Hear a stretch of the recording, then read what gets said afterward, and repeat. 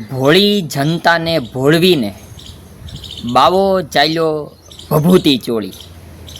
ફરીવાર, ભોળી દુનિયાને ભોળવીને બાવો ચાલ્યો ભભૂતિ ચોળીને. આ એક પદ્ય રચના છે.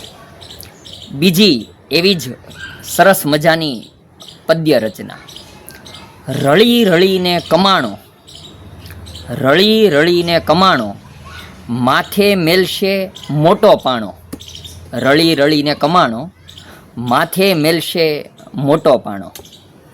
તો આ પદ્ય રચનાઓ તેના લેખક એટલે ભોજાભાઈ, ભોજાભાઈ ભગત, ભોજા ભગત, સંત કવિ ભોજલરામ. તો આવા અદ્ભુત, આમ તો તેને ચાપખા કહેવાય છે કે જે વાક્યો કટાક્ષમય હોય. અત્યારના જે ધર્મના નામે ધતિંગ ચાલે ને લોકોને લૂંટવાની પ્રવૃત્તિ ચાલે, કોઈ પણ ધર્મની વાત હોય તો એ વર્ષો પહેલાં ભોજા ભગત કહી ગયેલા. ભોજા ભગતના ચાપખા એટલે કે આ કટાક્ષયુક્ત જે પંક્તિઓ છે એ ખૂબ જાણીતી છે. અને બીજી જે વાત થઈ કે માણસો પૈસાની પાછળ દોટ મૂકતા હોય છે, જીવન જીવવાનું ભૂલી જાય, તો તેમના માટેના ચાપખાઓ છે. ઘણા બધા ચાપખાઓ છે. આ તો માત્ર ઉદાહરણ રૂપે. મૂળ તો આજે વાત કરવાની છે ભોજા ભગતની, પણ ભોજા ભગતની વાત કરતાં પહેલાં તેમના ચાપખાઓથી શરૂઆત કરીએ એટલે ખ્યાલ આવે કે તેમના લખાણમાં, આમ તો પોતે અભણ વ્યક્તિ હતા, પણ તેમને ગિરનારના સંત મળી ગયા, તેમને ગુરુ બનાવ્યા અને તેમના આશીર્વાદથી તેઓ લખતા ગયા. ભોજા ભગત એ ખેડૂત કહેવાય. પહેલાંના સમયમાં એવી કવિઓની કંઈ અલગ કેટેગરી નહોતી. એ લુહારી કામ કરતા હોય, એ સુથારી કામ કરતા હોય, એ ભણાવવાનું કામ કરતા હોય, ખેતીવાડીનું કામ કરતા હોય ને સાથે સાથે લખતા જાય એટલે કવિતાઓ બનતી જાય. તો ભોજા ભગતનો જે જીવનકાળ રહ્યો છે એ 1785થી શરૂ કરીને 1850નું વર્ષ, એટલે લગભગ 65 વર્ષ જેવું તેમનું જીવન રહ્યું. પણ તેમણે આવા ચાપખાઓ લખીને સમાજ વ્યવસ્થાને ઘણું બધું આપ્યું છે અને તેમાંથી લોકો શીખી શકે.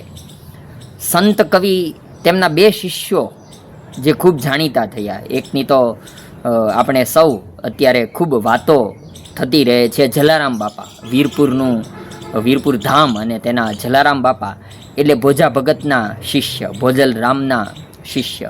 અને બીજા પણ એવા જ જાણીતા શિષ્ય એ ગારિયાધારના વાલમરામ બાપુ. તો આ જલારામ અને વાલમરામ આજે પણ ગારિયાધારમાં વાલમરામજીની ભક્તિ થાય છે. જલારામ બાપાની તો વીરપુરમાં ભક્તિ ખૂબ જાણીતી છે. તો આ 2 તેના જાણીતા શિષ્યો.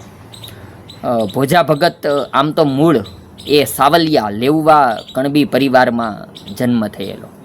પિતાનું નામ કરસનદાસ સાવલિયા, તેમની કૌટુંબિક અટક એ સાવલિયા હતી. કરસનદાસ સાવલિયા અને માતા એમના એ ગંગાબાઈ સાવલિયા. અને એમના પરિવારમાં ભોજાભાઈનો જન્મ થાય છે.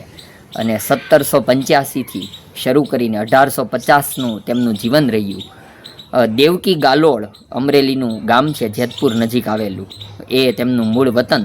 પહેલાંના સમયમાં તો એવું હતું કે ખેડૂત પરિવારો અલગ અલગ જગ્યાએ ખેતીવાડી માટે જતા, જ્યાં સારો વરસાદ હોય ત્યાં ખેતી કરે, તો તેમનું ફરવાનું એ વિચરણનું કામ ખેડૂત તરીકે ચાલતું હતું.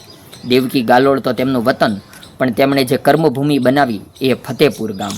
આજે પણ ફતેપુરમાં ભોજલરામ બાપુની મોટી જગ્યા છે, ત્યાં ખૂબ બધા અનુયાયીઓ તેમના દર્શનાર્થે જાય છે. અત્યારે ત્યાં ગાદીપતિ જગ્યા સંભાળે છે. પણ આ ભોજલરામ બાપુ અને એમનું આ ફતેપુર ગામ આજે પણ એ જગ્યાએ જવાથી દિવ્ય અનુભૂતિના દર્શન થાય છે.